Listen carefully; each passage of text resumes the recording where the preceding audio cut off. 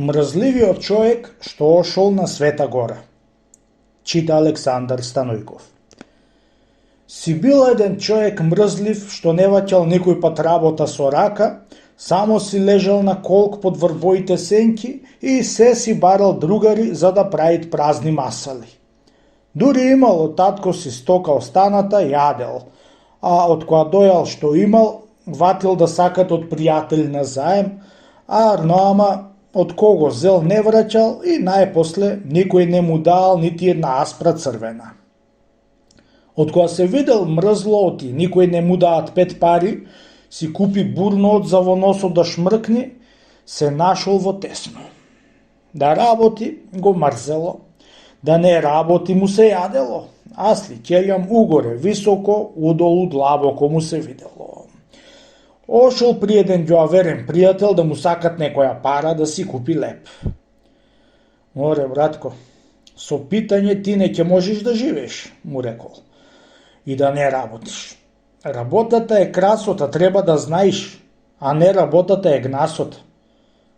Арно бе, братко, му рекол човекот, туку ете Господ сполај му, ми дарувал една мрза, тихи да не ми е мила работата, да на тоа некоја чаре да ми најдиш, оти за да работам, ја знам сам.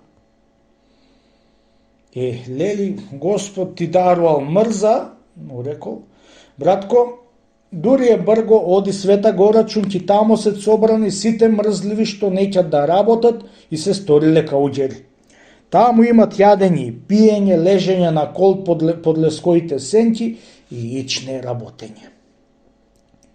Кога чу мрзло тоа од свој верен пријател, на часот си беше стегнало пинците и отишол Света гора да се покауѓери.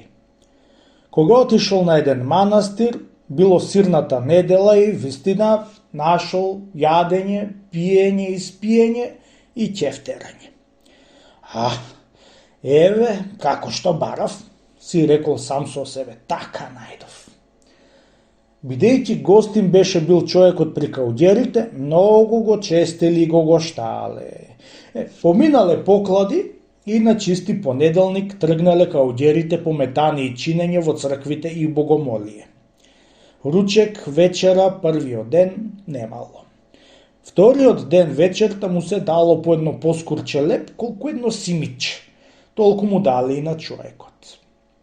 Ај да би се запустили и овие пости, кај се најдоа, беше си рекол сам со себе, ќе ме умрат од глад. Велејќи така, станал и отишол на друг манастир, на треќ, на четврт, во сите се по едно поскурче давале да се јади.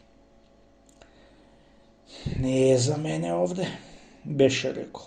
Ќе си одам во мир и тамо, нека се живи пријатели, пак ќе јадам и ќе пијам, а не да трпам од глад.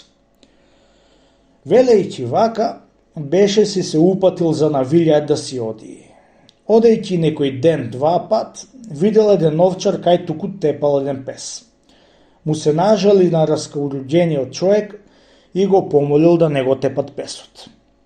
Море, како не ќе го тепам, бре, брате, кога ми го изеде си од лепот торбата, му рекол овчарот. Лели, тој пакост ти го сторил песот, му рекол човекот.